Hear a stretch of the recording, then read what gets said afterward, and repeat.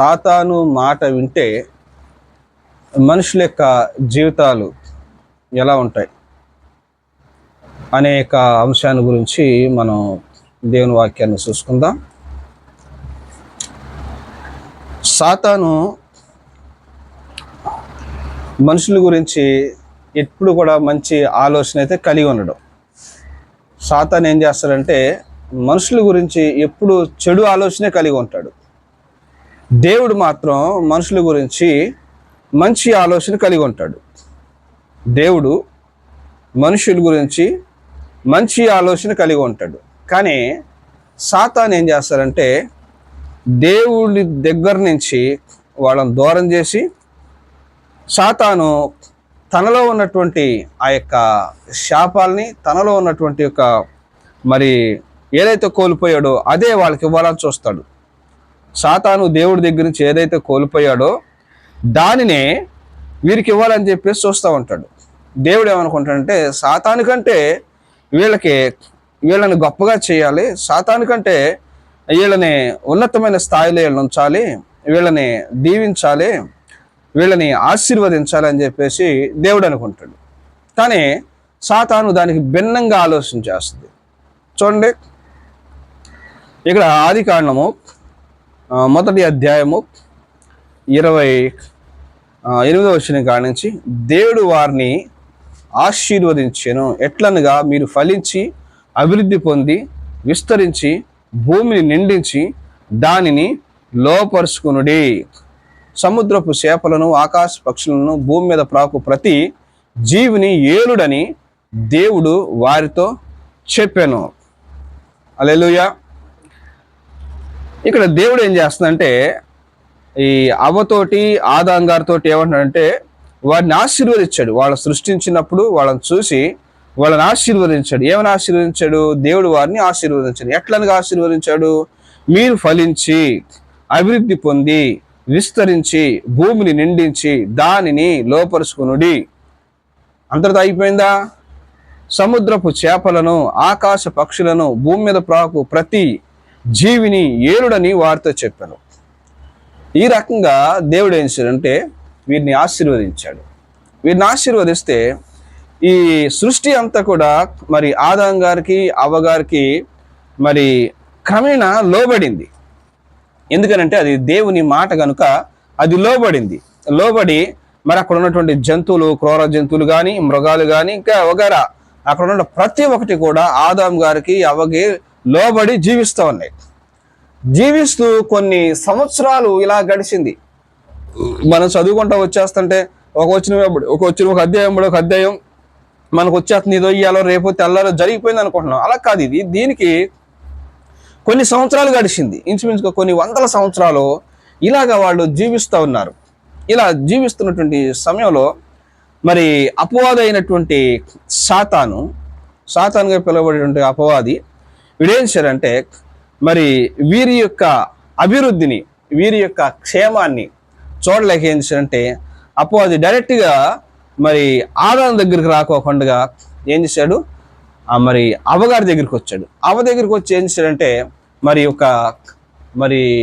ఒక పాము రూపంలో, అంటే ఒక పామును ప్రేరేపించి, పాముని వెనకాలండి ప్రేరేపించి డైరెక్ట్గా వాడు రాలేకుండా వాడు మరి పాము యుక్తి గలదు కాబట్టి వాడు ఏం చేయాలంటే పాములోనికి వచ్చి పాము ద్వారా మాట్లాడుతూ ఉన్నాడు. పాము ద్వారా ఏమైనా మాట్లాడుతున్నారంటే దేవుడని యెహోవా చేసిన సమస్త భూజంతువులలో సర్పము యుక్తి గలదై ఉండెను. కాబట్టి వాడు ఏం చేయాలంటే యుక్తి గల దానినే వాడుకున్నాడు. చూడండి, మనుషులను కూడా చాలా మంది యుక్తి గల వాళ్ళనే వాడుకుంటాడు, అమాయకులను వాడుకోడు. చూడండి, చాలా మంది ఉన్నారు, అమాయకులు చాలా మంది ఉన్నారు. వాళ్ళందరినీ అపవాది వాడుకోడు. దేశాన్ని ఏలడానికి కానీ, ప్రజల్ని ఏలడానికి కానీ, ఏదైనా చెడు పనులు చేయడానికి కానీ, దేశం మీద ఏదైనా చెడు పనులు చేయాలంటే వాడు వాడుకున్నది ఎవరిని వాడుకుంటున్నాడంటే మరి జ్ఞానం కలిగిన వాళ్ళని, ఉన్నతమైనటువంటి విద్య కలిగినటువంటి వాళ్ళని, మరి చదువు కలిగినటువంటి వాళ్ళని, ఉన్నతమైన స్థాయిలో ఉన్నటువంటి వాళ్ళని, మరి ఏదైనా మరి ఒక ఉన్నత స్థాయిని అధిగమించినటువంటి వాళ్ళనే వాడు వాడుకుంటాడు. ఎవరిని మట్టుకు వాళ్ళని వాడుకోడు. సాతాను తన ప్రయోగాన్ని, తన యొక్క ఆలోచన నెరవేర్చడం కొరకు ఏంటంటే సర్పం యుక్తి గలదై ఉండెను గనుక అది వచ్చేం చేసింది? ఆ స్త్రీతో ఇది నిజమా అని చెప్పి ఏం చేసిందంటే ఒక క్వశ్చన్గా ఒక సందేహాన్ని వేసింది. వేసి మరి దేవుడు ఇదంతటిని మిమ్మల్ని తినమన్నాడు, ఇదంతటిలో మీరు మరి దీవెనకరంగా మరి ఉండమని, దీని అంతటిని మరి ఉండమని దేవుడు మీకు ఆజ్ఞాపించాడు కదా, మరి ఈ యొక్క పండుని మీరు ఎందుకు తింటలేదు? ఇదంతా మీకు ఇచ్చాడు కదా, ఈ పండు మీరు ఎందుకు తింటలేదు? ఈ పండు కూడా మీరు తినండి అంటే, ఆ పండు తినపోతే ఆడికి వచ్చిన బాధ ఏంటంటారు? ఆ పండు తినపోతే అపవాదికి వచ్చిన నష్టం ఏంటంటారు కదా. కొంతమంది మనం కూడా కొన్ని విషయాల్లో కొన్ని చేయకపోతే, అది నువ్వు చెయ్యి, అది ఎందుకు చేయట్లేదు నువ్వు అంటారు కదా. కొన్ని కార్యక్రమాల్లో మనం పాలు పొందకపోతే, ఎందుకు పాలు పొందట్లేదు మీరు? అది కూడా పాలు పొందండి.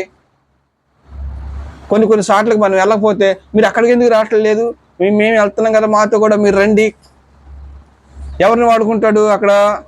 వాడికి సంబంధించినటువంటి యుక్తి కలిగిన వాళ్ళని, వాడికి సంబంధించినటువంటి బలవంతుల్ని, లేకపోతే మనకంటే మరి యోగ్యులైనటువంటి వారిని మరి వాడుకుని ప్రేరేపిస్తూ ఉంటాడు.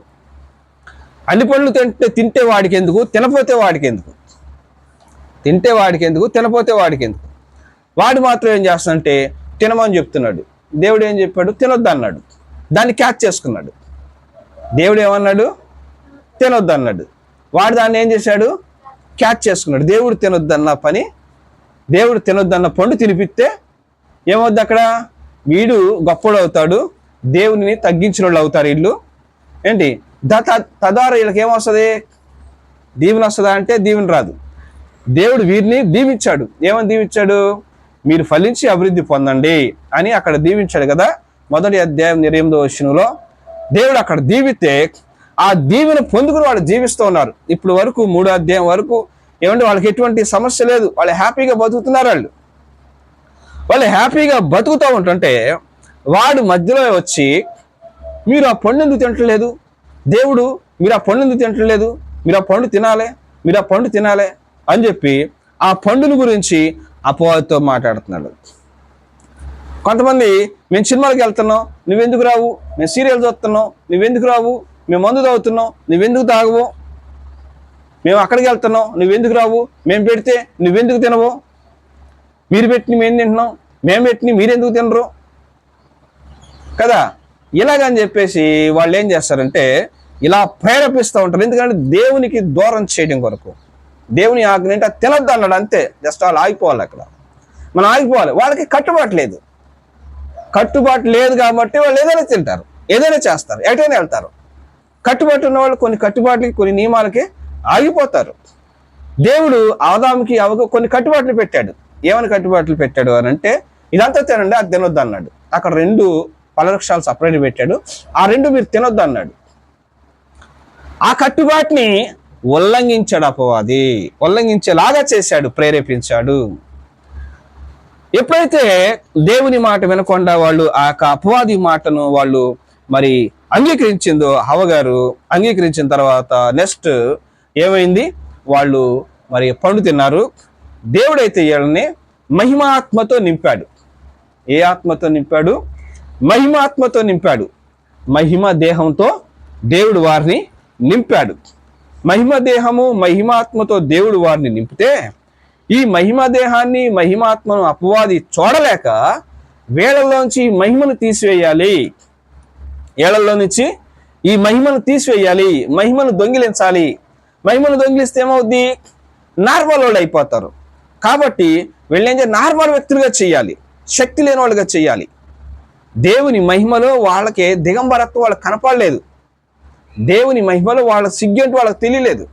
దేవుని ప్రసన్నతలో వాళ్ళు ఆనందిస్తున్నారే కానీ వాళ్ళని వాళ్ళు చూసుకుని ఏదో రకంగా మరి ఫీల్ అయ్యే పరిస్థితి అయితే వాళ్ళకి లేదు. దేవుళ్ళు ఆనందిస్తున్నారు.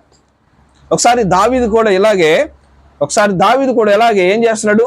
దేవుళ్ళు ఆనందించి దేవుణ్ణి ఆరాధన చేస్తున్నాడు. తనను తాను చూసుకోలేకపోయాడు. పక్క నుండి దేవుళ్ళు లేనటువంటి వ్యక్తి దావీదు భార్య చూసి ఏం చేసింది? వెక్కిరించింది. తద్వారా ఏమైంది?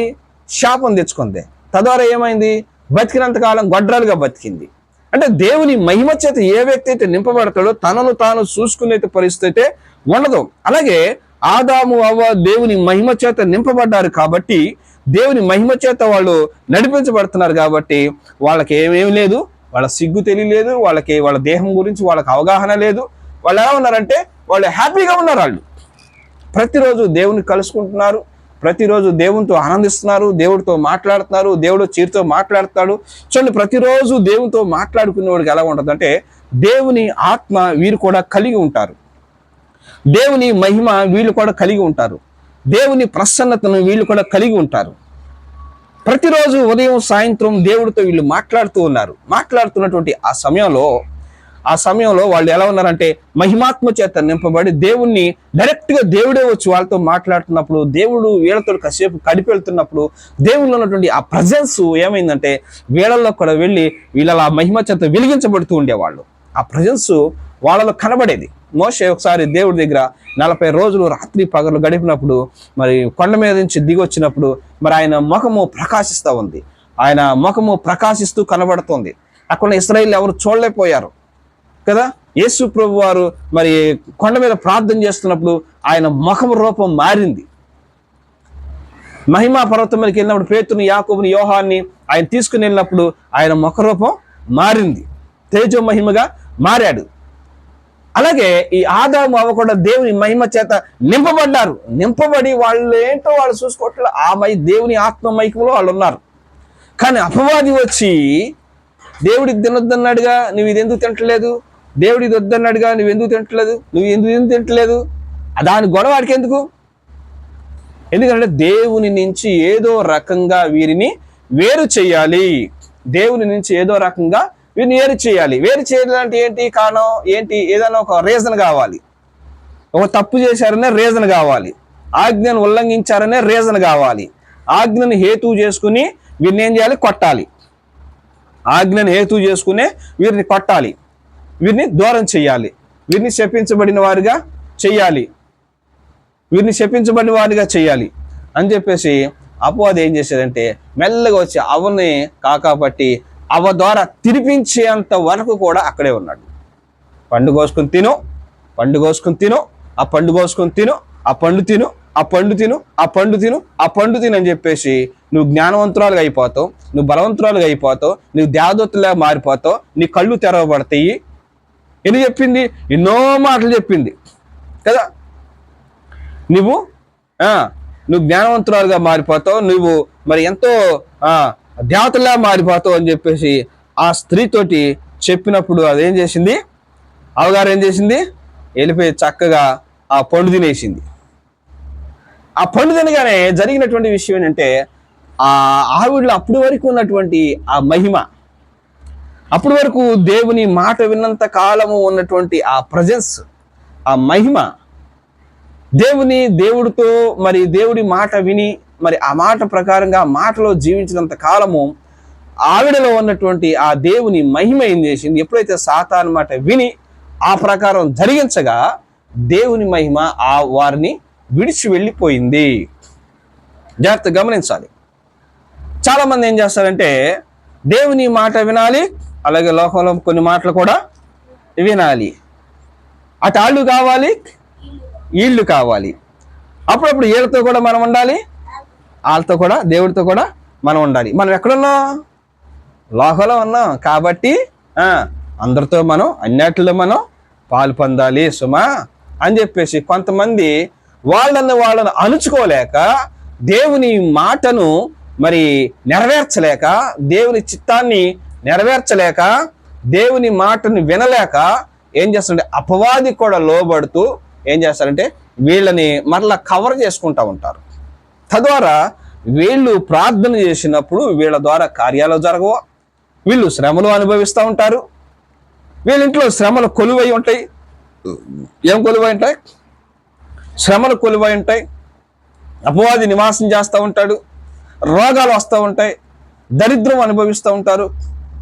దేవుని లేని కుటుంబాలుగా, దేవుడు లేని భక్తిని చేస్తూ, దేవుడు విడిచిపెట్టేసిన భక్తి చేస్తూ, మహిమను కోల్పోయిన వాళ్ళగా, పరిశుద్ధతను కోల్పోయిన వాళ్ళగా, ప్రతి చిన్న చిన్న విషయాలకు అపవిత్రులుగా మారిపోతూ, అపవిత్రమైన కార్యక్రమాలలో పాలు పొందుతూ ఏం చేస్తారంటే దేవుడు విడిచిన వ్యక్తులుగా భక్తి చేస్తూ ఉంటారు. చేతిలో బైబిల్ ఉంటుంది కానీ హృదయంలో దేవుని మహిమ ఉండదు.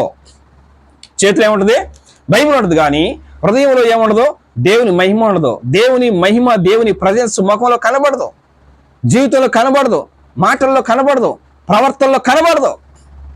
ఏది చూసినా ఎక్కడో చోట మరి మరి అపవిత్రత అనేది వారి జీవితాల్లో కనబడుతూ ఉంటుంది. తద్వారా ఇక్కడ అవ్వ యొక్క జీవితంలోంచి ఎప్పుడైతే దేవుని మహిమ వెళ్ళిపోయిందో, ఆదాము ఇద్దరు జీవితాల్లోంచి, మరి ఆదాము కూడా తిన్నాడు, ఆదాము ఇద్దరు జీవితాల్లోంచి దేవుని మహిమ వెళ్ళిపోయింది. దేవుని మహిమ ఎప్పుడైతే వెళ్ళిపోయిందో అప్పుడు ఏమైపోయింది వాళ్ళకి? అరే మేమేమైపోయాం? దిగంబర్లుగా ఉన్నాం. ఎప్పుడు దాకా ఏమైంది? ఇప్పుడు దాకా దేవుని మాట విన్నంతకాలం ఏమైంది? హ్యాపీగా ఉన్నారు. ఎప్పుడైతే దేవుడి మాట వినలేదో అరే కళ్ళు తెరబడిపోయినాయి అంట. కళ్ళు తెరబడిపోతాం కాదు, మహిమ కళ్ళు పోయినాయి. మనోనేత్రం గుడ్డితనం అయిపోయింది. అప్పుడు దాకా మనోనేత్రంతో ఉన్నారు, దేవుని మహిమ పోయింది. కళ్ళు తెరబడటం కాదు, దేవుని మహిమ పోయింది. ఇప్పుడేమొచ్చింది? మహిమను కోల్పోయిన వాళ్ళగా ఉండి, మహిమ వస్త్రం కోల్పోయిన వాళ్ళగా ఉండి శరీరంతో కనబడుతున్నారు. అప్పటి వరకు మహిమ వస్త్రంతో ఉన్నారు, మహిమ వస్త్రం పోయింది. ఇప్పుడేమైంది? శరీరం దిగంబరత్వం కనబడతా ఉంది. శరీరం దిగంబరత్వం కనబడతా ఉంటుంటే వాళ్ళు ఏం చేస్తున్నారు? ఇప్పుడు దేవుడు వచ్చే సమయాన్ని చెట్ల చాటును దాక్కుంటున్నారు. దేవుడు వచ్చే సమయాన్ని గుర్తించి చెట్ల చాటును దాక్కుంటున్నారు. దేవుడు మాట్లాడుతుంటే ఏమంటున్నారు? అయ్యా మేము తప్పు చేసామయ్యా, నువ్వు వస్తుంటే మేము ఇప్పటి వరకు నిన్ను చూడలేక దాక్కున్నాం. నీ మహిమ వస్తుంటే, నీ ప్రజెన్స్ వస్తుంటే ఆ మహిమను తట్టుకోలేక మేము దాక్కున్నాం. ఆ పని ఎవరు చేయాలి? ఆ పని చేసేది ఎవరు? అపవాది కదా. దేవుని మహిమ వస్తుంటే దాక్కోవాల్సింది ఎవరు? అపవాది. ఇప్పటి వరకు దేవుడు వస్తుంటే ఎదురెళ్ళిన వాళ్ళు అలా దాక్కున్నారు. ఎందుకని? దేవుని అపవాది వచ్చేసింది ఏళ్లలోకి, చీకటి వచ్చేసింది ఏళ్లలోకి, చీకటి ఎంటర్ అయిపోయింది. తద్వారా వీళ్ళు ఏమైపోయారు? పారిపోతున్నారు. అంతకుముందు దేవుడు ఉండేవాడు కాబట్టి వీళ్ళు దేవుని ఎదురుగా వెళ్ళేవాళ్ళు, దేవుడు మాట్లాడుతుంటే దేవుడితో మాట్లాడడానికి వెళ్ళేవాళ్ళు. వీళ్ళు ఎప్పుడైతే దేవునికి మరి దూరంగా జీవించారో అపవాది వీరి జీవితంలో ఎంటర్ అయిపోయింది, దేవుని దృష్టి దాక్కున్నారు. ఒకసారి యేసు ప్రభు వారు వస్తుంటే గలిలయ సముద్రం దాటి ఇక్కడ గెరాసేన దేశానికి వస్తూ ఉన్నారు. గెరాసేన దేశానికి వస్తూ ఉంటుంటే అక్కడ 6,000 దెయ్యాలు పట్టినోడు ఉన్నాడంట. ఎన్ని వేలు? 6,000 ఒక వ్యక్తిలోనే ఉన్నాయి. ఎక్కడెక్కడ ఉన్నాయి మొత్తం, అసలు నరాల్లో, ఎముకల్లో, మూలుగుల్లో, కండరాల్లో మొత్తం ప్రతి భాగంలో కుప్పల కుప్పల కింద అలా చెదరపొట్టలేక వాడు దేహాన్ని అమర్చుకునే ఒక గూడులేక 6,000 దెయ్యాలు ఒక వ్యక్తిలో ఉన్నాయంట. 6,000 ఒక దెయ్యాలు ఆ వ్యక్తిలో ఉన్నప్పుడు యేసు ప్రభు వచ్చినప్పుడు ఏం చేసినాయి? పరిగెత్తుకుని వచ్చి సాగిలిపడిని, భయపడిని. ఒకసారి యేసు ప్రభు ఒక చంద్రరోగం కలిగినటువంటి దెయ్యాన్ని ఎల్లగొడుతున్నాడు. దెయ్యాన్ని ఎల్లగొడతా ఉంటుంటే ఆ దెయ్యం ఏం చేసింది? యేసు ప్రభుని చూసి కింద పడిపోయింది. గిలగల గిలగల గిలగల గిలగల కొట్టుకుని వాడిని వదిలిపెట్టి వెళ్ళిపోయింది. అంటే యేసు ప్రభుని చూసినప్పుడు దెయ్యానికి భయం వేస్తూ ఉంది. అదే భయం ఎవరికి వచ్చింది? ఆదాముకి అవ్వకు వచ్చింది. దాని కారణం ఏంటంటే సాతాను మాట ఎప్పుడైతే విన్నారో దేవుని మహిమ పోయింది, వాళ్ళకి అపవాది యొక్క చీకటి ప్రవేశించింది. ప్రియమైన దేవుని బిడ్డలారా, నీవు ఎప్పుడూ కూడా దేవుని మాటే వినాలి. ఎప్పుడు వినాలి? అప్పుడప్పుడు దేవుని మాట వింటే సరిపోద్దండి. దేవుడు గొప్పవాడు, క్షమిస్తాడు అని అంటారు. ఇది అబద్ధం. అప్పుడప్పుడు దేవుడు మాట వింటాం కాదు, ఎప్పుడు దేవుడి మాట వినాలి. ఎప్పుడు, ఎవ్రీ డే దేవుడి మాట ఇనే జీవించాలి, దేవుడి మాట ప్రకారంగానే జీవించాలి. అప్పుడప్పుడు మనుషుల ఇష్టానుసారంగా, అప్పుడప్పుడు మన వాళ్ళు కోరుకున్నట్టుగా, మన బంధువులు కోరుకున్నట్టుగా, మన స్నేహితులు కోరుకున్నట్టుగా జీవించి అప్పుడు మళ్ళీ వెళ్ళి ప్రార్థన చేసుకుంటే దేవుడు క్షమించేస్తాడు. అది తప్పు.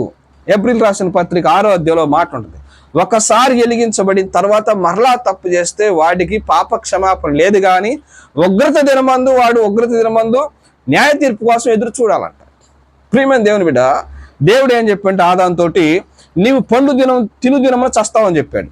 మరి ఆ రోజు చావలేదు అని అంటే 90వ కీర్తనలో మాట ఉంటుంది, 1000 దినాలు ఒక దినం వలేను, ఒక దినం 1000 దినాల వలేను ఉంటుందంట. దేవుని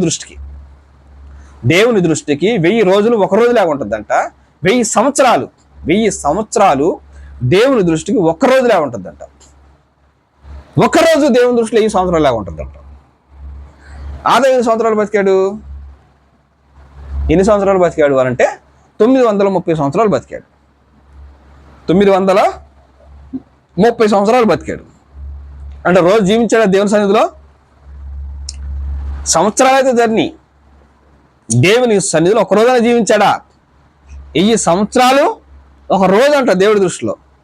ఇతను ఎన్ని సంవత్సరాలు బతికాడు? 930 సంవత్సరాలు. దేవుని సన్నిధిలో ఒక్కరోజు కూడా ఆదాము బతకలేదు.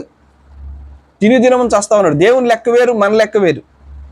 మనకి ఈ సంవత్సరాలు 30 సంవత్సరాలు అంటే అమ్మో అనుకుంటాం. మనం 30 సంవత్సరాలు వచ్చి కాళ్ళ నొప్పులు వచ్చేస్తున్నాయి. ఆదాం కాలం 930 సంవత్సరాలు బతికి చచ్చిపోయాడు ఆయన. కానీ దేవుని దృష్టిలో 90 కీర్తనలు ఏముంటుందంటే 1000 సంవత్సరాలు ఒకరోజు 1000 సంవత్సరాలు లాగా ఉంటుందంట. కాబట్టి ఆదాము దేవుని దృష్టిలో ఒక్కరోజు కూడా బతకలేదు. అందుకే 9 సంవత్సరాలకు 100 సంవత్సరాలు 1000 సంవత్సరాలు పూర్తి కూడా చచ్చిపోయాడు. కానీ దేవుడు ఏం చేశాడు? ఆదాముని ఎలా సృష్టించాడు అంటే చిరకాలం దేవుడితో పాటు ఉండాలని సృష్టించాడు. చావే లేకోకుండా బతకాలన్నాడు. ముందు చచ్చిపోమన్నాడా దేవుడు? ఏమన్నా చచ్చిపోమన్నాడా? చచ్చిపోమల్లా. కానీ ఏం చేశాడు? తర్వాత చెప్పించాడు, నువ్వు చస్తావు అన్నాడు. సరే, ఆదాము అవ్వ కలిసి అపవాది మాట విన్నారు. ఆదాము అవ్వ కలిసి అపవాది మాట విన్నారు. అప్పటి వరకు చక్కని పంటలు పండేటువంటి ఈ భూమి, అప్పటి వరకు చక్కగా పచ్చగా ఉండేటువంటి ఏదైనా తోట, అప్పటి వరకు సస్యశ్యామలంగా ఉండేటువంటి ఈ భూమి ఏమైందంటే ఆదాము మాట విన్న కారణాన్ని బట్టి భూమి శపించబడింది. ఆదామును బట్టి భూమి శాపానికి గురైంది. ఆదాము మాట అవ్వ సాతాను మాట విన్న కారణాన్ని బట్టి ఆవిడ పురుటి నొప్పులు అధికంగా భరించవలసి వస్తుంది. ఈరోజు శాపమే. ఈరోజు పిల్లలు కనేటప్పుడు ఆడవాళ్ళు బాధపడుతున్నారంటే ఎంత బాధపడుతున్నారంటే నొప్పి తట్టుకోలేక కొంతమంది పిల్లలు కనే టైంలో చచ్చిపోతున్నారు. కొంతమంది భరించలేని బాధ చేత వాళ్ళు ఆ రోజు పడేటువంటి ఆ అవస్థ ఎంత భయంకరంగా ఉంటుందంటే అంత భయంకరంగా ఉంటుంది. తర్వాత ఈ బాధలన్నీ పడలేక ఏం చేస్తున్నారు? డాక్టర్లు కోసేసి ఆపరేషన్ చేసేస్తున్నారు. ఇంక దానికంటే సుఖమని. అంటే ఎంత శాపం భూమి మీదకి వచ్చింది. అదే ఆ బాధ లేకపోతే ఇంత బాధ ఉండేది కాదు. ఆ మాట అయినపోతే ఇంత బాధ ఉండేది కాదు. ఆదాము అవ్వని గద్దించుకుంటే ఆదాముకు సపోర్ట్ చేసిన కారణాన్ని బట్టి ఆదామును బట్టి ఈరోజు మనిషి ప్రతిరోజు కూడా కష్టపడి బతకాల్సి వస్తుంది. కష్టపడితే తిండి లేత లేదు. కష్టపడితే తిండి లేత లేదు. ఈ రకమైన శాపాలు భూమి మీదకి వచ్చినాయి. ఎవరి మాట వినడం వల్ల? అపవాది మాట వినడం వల్ల వచ్చిన శాపాలు. అదే దేవుని మాట విన్నంత కాలము ఆదాము అవ్వ మహిమ శరీరంతో దేవుని మహిమ చేత నింపబడ్డారు. హ్యాపీగా బతుకున్నారు. ఎటువంటి సమస్య లేదు. కొన్ని సంవత్సరాలు హ్యాపీగా బతికారు. ఈ సంతోషాన్ని వారి జీవితంలో కలుగుతున్న, వారి కుటుంబంలో కలుగుతున్న, ఆది దంపతులైనటువంటి వారి కుటుంబంలో కలుగుతున్నటువంటి ఆ సంతోషాన్ని అపవాది చూడలేక వీరి కుటుంబంలో తీరనటువంటి ఒక చిచ్చును పెట్టాడు. అవ్వను మెల్లిగా జోగొట్టి అవ్వను పాడు చేశాడు. అవ్వ వచ్చే ఆదామును జోగొట్టి ఆదామును పాడు చేసింది. ఇద్దరు కలిసి ఏం చేశారు? పండు తిన్నారు. ఇద్దరు కలిసి దిగంబరులు అయ్యారు. మహిమ శరీరాన్ని, మహిమాత్మను కోల్పోయారు. శరీరాత్మతో ఉన్నారు. ఈ రోజున భూమి అంతా కూడా ఆ వాళ్ళ యొక్క మరణాన్ని బట్టే ఈరోజు శపితంగా మారింది. వాళ్ళని బట్టే మనుషులందరూ చచ్చిపోతున్నారు. ఈరోజు వాళ్ళని బట్టే ప్రతి ఒక్క స్త్రీ రోజును కనేటప్పుడు బాధపడుతోంది. వాళ్ళని బట్టి ఈరోజు భూమి శపించబడి ప్రతి ఒక్క వ్యక్తి కూడా కష్టపడి భూమిని దున్ని పండించాల్సి వస్తూ ఉంది. ఎందుకని? అపవాది మాట వినడం వల్ల. అందుకే మరణాలు, అందుకే రోగాలు. రోగాలు ఎందుకని? అపవాది క్రియలు చేయడం వల్ల వచ్చే రోగాలు. అందుకే రోగాలు, అందుకే శాపం, అందుకే దరిద్రం, అందుకే కష్టం, అందుకే పిల్లలు పుట్టకపోవటం, పిల్లలు కనేటప్పుడు కష్టం. ఇదంతా కారణం ఏంటంటే అపవాది మాట వినుట వల్ల. దేవుడైతే మనిషిని దీవించి హ్యాపీగా బతకమన్నాడు. అపవాది ఏం చేసింది?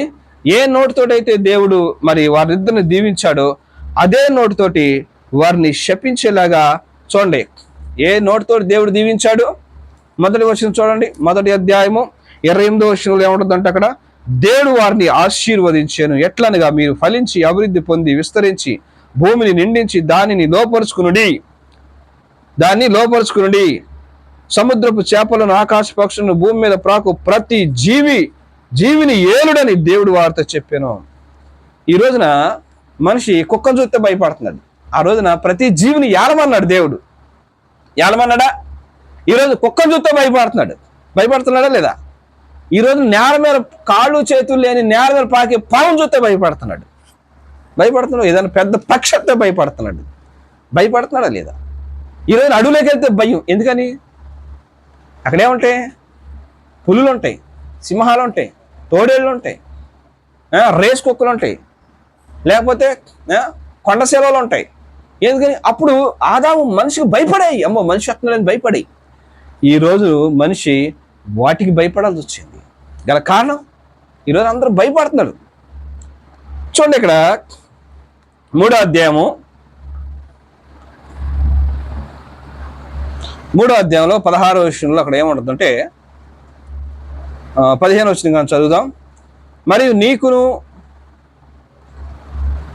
నీకును స్త్రీకిని నీ సంతానము ఆమె సంతానమునకు వైరము కలగజేతును. ఆది నిన్ను తల మీద కొట్టును, నీవు దానిని మడి మీద కొట్టెదవని చెప్పెను. ఆయన స్త్రీతో, నీ ప్రయాసమును నీ గర్భవేదనను నేను మిక్కిలి హెచ్చించేదను, వేదనతో పిల్లలను కందువు, నీ భర్తెడల నీకు వాంఛ కలుగును, అతడు నిన్ను ఏలునని చెప్పాను. అంతవరకు లేదు, వీరిద్దరిని ఆశీర్వదించాడు. ఇవాళ భర్త ఏమయ్యాడు? మోటి భాషలు చెప్పాలంటే కొంతమందికి భయపడతారు. వీడికి మనం చెప్తేనడ్రా, ఆ మొగుడు చెప్తే అంటాడు, ఆడేడికి కరెక్ట్ మొగుడు అంటారు కదా, ఆడేడికి కరెక్ట్ మొగుడు అంటారు. అలాగే ఇప్పుడు భర్త ఏమైపోయాడంటే స్త్రీకి ఏలును అన్నాడు. నీకు అర్థమైంది? ఇక్కడ భర్త ఏలును అన్నాడు. నీ భర్త ఎడల నీకు వాంఛ కలుగును, అతడు నిన్ను ఏలును అంటే ఇప్పుడు ఏమయ్యాడు? భర్తల్లో పోయి మొగుడయ్యాడు. మాట అనిపోతే ఏం చేస్తున్నాడు? ఏళ్తున్నాడు, కొడుతున్నాడు, తంతున్నాడు, జుట్టట్టుకుని లాగుతున్నాడు, బయట హీడుతున్నాడు, చచ్చినట్టుగా ఇంటికాడ కాపురం చేయాల్సి వస్తుంది. ఎందుకని? స్త్రీ చేసిన ఆ పాపాన్ని బట్టి, ఆ తిరుగుబాటుని బట్టి. అతడు నిన్ను ఏలును. ఏలటం అంటే ఏంటి? అధికారం ఉంది అతనికి, నీ మీద అధికారం ఇచ్చా. ఎందుకని? నువ్వే శిక్ష అంతటిని కూడా నేను ఇష్టపడి మరి ఆనందంతో నేను నచ్చి మెచ్చి చేసుకున్నటువంటి సృష్టి అంతటికి నీవే మూల కారణంగా దీన్ని దారి తప్పించావు. కాబట్టి నీవే అపవాది మాట విని దీని అంతటిని భూమి మీద తీసుకుని వచ్చావు. కాబట్టి నిన్ను పాదాల కింద వేసి, అంటే ఎవరి కింద? భర్త కింద లోబడేలా చేస్తున్నా నిన్ను. అతడు నిన్ను ఏలును. హల్లెలూయా. అతడు నిన్ను ఏలును. తర్వాత ఆయన ఆదాముతో, నీ భార్య మాట విని తినవద్దని నేను నీకు ఆజ్ఞాపించిన వృక్ష ఫలమును తింటివి గనుక నీ విత్తనములు నేల, నీ నిమిత్తము నేల శపించబడి ఉన్నది. ఆదాము వల్ల ఏమైపోయింది? భూమి శపితమైంది. సాతాను మాట వినడం వల్ల ఆడదానికి వేదనలు వచ్చినాయి. కనేటప్పుడు వేదంతో కనాలి. మాట అనిపోతే భర్త మొగుడై తంతాడు. భర్త ఏమయ్యాడు? అధికారి అయ్యాడు, తన్నేవాడు అయ్యాడు. తర్వాత ఆదాంతో దేవుడు చెప్పాడు, నేను నీ తినొద్దని చెప్పాను కదా, నువ్వెందుకు తిన్నావు? కాబట్టి కుటుంబాన్ని ఏలేవాడు నువ్వే గనుక, కుటుంబాన్ని పాలించాడు నువ్వే గనుక, నువ్వు కష్టపడాలంతే, నువ్వు భూమి మీద సుఖంగా బతుకు నీకు లేదు అని చెప్పి దేవుడు ఏంటంటే ఆదామును బట్టి భూమిని శపించాడు. నీ భార్య మాట విని తినవద్దని నేను నీకు ఆజ్ఞాపించిన వృక్ష ఫలము తింటివి గనుక నీ నిమిత్తము నేల శపించబడి ఉన్నది. ప్రయాసముతోనే నీవు బ్రతుకు దినములని దాని పంట తిందువు. అది ముండ్ల తుప్పలను గచ్చ పొదలను నీకు మొలిపించును. పొలములను పంట తిందువు. నీవు నేలకు తిరిగి చేరు వరకు నీ ముఖము చెమట కార్చి ఆహారము తిందువు. ఏలైనగా నేల నుండి నీవు తీయబడితివి, నీవు మన్నే గనుక తిరిగి మన్నైపోదువని చెప్పాను. చూడండి, ఇక్కడ ఎంత శాపం వచ్చింది. మొదట అలా ఉందా? అలా వచ్చిన వాళ్ళ జీవితాలు అలా ఉన్నాయా? వాళ్ళ జీవితాల్లో అటువంటి పరిస్థితి ఉందా? లేదు కదా. 27వ వచనం మొదటి అధ్యాయం 27వ వచనం 28వ వచనంలో చూసినట్టయితే వాళ్ళ జీవితం ఎంతో ఆహ్లాదకరంగా ఉంది. అబ్బా, దేవుడి రూపంలో మాట చదువుతుంటే ఎంత ఆనందం వస్తుందో. 27 చదవండి. దేవుడు తన స్వరూపమందు నరుని సృజించెను, దేవుని స్వరూపమందు వారిని సృజించెను, స్త్రీని గాను పురుషుని గాను వారిని సృజించెను. అబ్బా, దేవుడు తన స్వరూపం, తన ప్రతిబింబముగా దేవుడు మనుషులు చేసుకున్నాడు. ఎలా చేసుకున్నాడు? దేవుడు ఎలాగుంటాడు అలా ఇష్టపడి చేసుకున్నాడు. హ్యాపీ, దేవుడు సంతోషం, చాలా మంచిగా ఉంది. దేవుడు ఆనందించాడంట వాళ్ళని చూసి. 27వ వచనంలో దేవుడు ఆనందించాడు. 28వ వచనంలో దేవుడు ఏమన్నాడంటే వారిని ఆశీర్వదించాడు. దేవుడు వారిని ఆశీర్వదించెను. ఇక్కడ ఏమైపోయింది? ఇక్కడికి వచ్చేసరికి ఏమైపోయింది? శాపం వచ్చేసింది. నీవు మన్నే కనుక తిరిగి మన్నైపోతావు. ఇక్కడ అవ్వకి శాపం వచ్చేసింది, భూమికి శాపం వచ్చేసింది, ఆదాము కూడా శపించేసాడు దేవుడు. నీవు తిరిగి నేలకు చేరు వరకు, అక్కడ నువ్వు తిరిగి నేలకు చేరతావని చెప్పాడా? చెప్పలేదు. ఇక్కడికి వచ్చేసరికి ఎందుకు వచ్చింది? నీవు తిరిగి నేలకు చేరు వరకు నీ ముఖపు చెమట కార్చి ఆహారము తిందువు, ఎలయనగా నేల నుండి నీవు తీయబడితివి. అప్పుడు చెప్తున్నాడు, అరే బాబు నువ్వు నేల నుండి తీయబడ్డావు ఏంటి? అప్పుడు నాకు తెలియదు ఆదాముకి ఎక్కడి నుంచి తీయబడ్డాడో పాపం. నీవు నేల నుండి తీయబడితివి, నీవు మన్నే గనుక తిరిగి మన్నైపోదువని చెప్పాను. హల్లెలూయా. చూడండి, దేవుడేమో వారిని ఆనందంగా, ఎంతో సంతోషించి, ఎంతో ఆహ్లాదకరంగా వారిని చేసుకుంటే, ఏదైనా అనేటువంటి వనమని అందులో వేసి దాంట్లో వారిని మరి ప్రతి పండు ఫలవృక్షాలు పెట్టి అన్ని తినండి, వీటన్ని పరిపాలించండి, హ్యాపీగా మీరు జీవించండి, నా బిడ్డలుగా మీరు బతకండి, ఇక్కడ రాజకుమారులా బతకండి అని దేవుడు వాళ్ళకి మహిమ వస్త్రాలు ఇస్తే, అపవాది ఏం చేశాడంటే వాళ్ళని చూడలేక వాళ్ళని ఏం చేశాడు? దగ్గరకు వచ్చి అనేక స్నేహం చేసింది. కొంతమంది దుష్ట స్నేహం మంచి నడవడం చెడుపులని బైబిల్ గ్రంథంలో రాయబడింది. కొంతమంది దుష్ట స్నేహాలు మరి చేయడానికి ఇష్టపడుతూ ఉంటారు మంచిగా బతికే వాళ్ళని చూసి. అలాగే అపవాది స్నేహం చేసి ప్లాన్ వేసుకుని వాడు ఏం చేశాడు? దేవుడు అందంగా సృష్టించుకున్న ఈ సృష్టి యావత్తు మీద కన్నేసి, ఎవరు కారణం? ఎవరు? ఆదాము అవ్వ. ఈ అవ్వను పాడు చేస్తే చాలు, మొత్తం రాబోయే తరమంతా కూడా శపించబడిపోద్ది. నేను శపించబడి కింద పడ్డాను కదా, కాబట్టి రాబోయే తరమంతా కూడా, జనరేషన్ అంతా కూడా శపించబడిపోద్ది, నాకు లేక వాళ్ళు కూడా నరకానికి వస్తారు అని చెప్పేసి అపవాది ఏం చేసింది? అవ్వను పట్టుకుని అవ్వను దారి తప్పించింది. దీవెనల్లో పోయి ఏమైపోయి తిరిగి శాపం వచ్చింది. ప్రియమైన దేవుని బిడ్డ, సారి గమనించుకో, దేవుడు నిన్ను దీవించాలని, దేవుడు నిన్ను ఆశీర్వదించాలని. ఇంకా సబ్జెక్ట్ గురించి నీకు ముందుగా రాబోయే రోజుల్లో ఇంకా నేను వివరిస్తాను. ఎప్పుడైతే అపవాది మాట విన్నాడో ఒక వ్యక్తి, ఆ వ్యక్తి జీవితంలోకి శాపం. ఎప్పుడైతే అపవాది క్రియలు కానీ ఆ వ్యక్తి జీవితంలో కనబడుతున్నాయో, ఆ వ్యక్తి జీవితంలో శాపం వస్తుంది. దేవుని మాట విను, దేవుని మాటలు దీవెనకరంగా ఉంటాయి. దేవుని మాట విను, దేవుడు నిన్ను చూసి ఆనందిస్తాడు. దేవుడు 21వ అధ్యాయము, ఆదికాండం 1వ అధ్యాయము మరి 27వ వచనంలో ఆయన ఆనందించాడు. దేవుని స్వరూపమందు ఆయన చూసుకుని ఆనందించాడు. అరే నా ప్రతిబింబం. హల్లెలూయా. కొన్ని సందర్భాల్లో మీ పిల్లలు మరి 18-19 సంవత్సరాల వయసు వచ్చినప్పుడు వాళ్ళని చూసుకుని మీరు ఆనందిస్తారు. అబ్బా నా కుమారుడు నా ఎంత తోడయ్యాడు, నన్ను చూశాడు, నా ప్రతిబింబం నాకు లాగా ఉన్నాడు, నా భార్య లాగా ఉన్నాడు, నాకు లాగా ఉన్నాడు, నా కుటుంబంలో వాళ్ళలాగా ఉన్నారు. అరే కొడుకుని చూసి నువ్వు సంతోషిస్తావు కదా. అదే విధానంగా దేవుడు తన ప్రతిరూపంలో ఒక మనిషిని చూసి ఆయన హ్యాపీ అయ్యాడు. దేవుని సంతోషం మీద ఏం చేసింది అపవాది? మరి సంతోషాన్ని ఇరిచివేసింది. అవ జీవితంలో చెడు ఆలోచన పెట్టి, చెడు మార్గం గుండా అవ జీవితాన్ని నడిపించి, ఇద్దరిని కూడా దేవుని దారిలోంచి తప్పించి తన దారిలో తీసుకుని వారిని శాపగ్రస్తులుగా చేసి, భూమిని శాపగ్రస్తులుగా చేసి, వారిని శాపగ్రస్తులు చేసి, భూమిని శాపగ్రస్తులు చేసి, రాబోయే జనరేషన్ అంతటికి కూడా ఒక శాపాన్ని మిగిల్చింది అపవాది. ప్రియ దేవుని బిడ్డలారా, నీవే ఎలా ఉన్నావు? జీవితం ఏ రకంగా నువ్వు జీవిస్తున్నావు? నీ రాబోయే జనరేషన్కి ఏమి నువ్వు పాస్వర్డ్ చేస్తా ఉన్నావు, ఏమి పాస్ చేస్తా ఉన్నావు? ఒకసారి ఆలోచించు. ఈ వాక్యం దేవుడు నేను దీవించి, మన వినికిడిలో దీవించి ఆశీర్వదించును గాక. ఆమేన్, ఆమేన్. పరిశుద్ధులైన తండ్రి, కృపగల దేవ, ఇత్తబడినటువంటి ఈ వాక్యాన్ని మీరు దీవించి ఆశీర్వదించండి. ఎంతమంది అయితే ప్రభా ఈ మాటలు వింటున్నారో వారందరి జీవితాల్లో నీ యొక్క అభిషేకం దిగునుగాక, నీ కృప దిగునుగాక, వారి కుటుంబాల్లో నీ సమాధానం దిగునుగాక. యేసు నామములో ఈ ప్రార్థన అడుగుచున్నాం తండ్రి. ఆమేన్, ఆమేన్.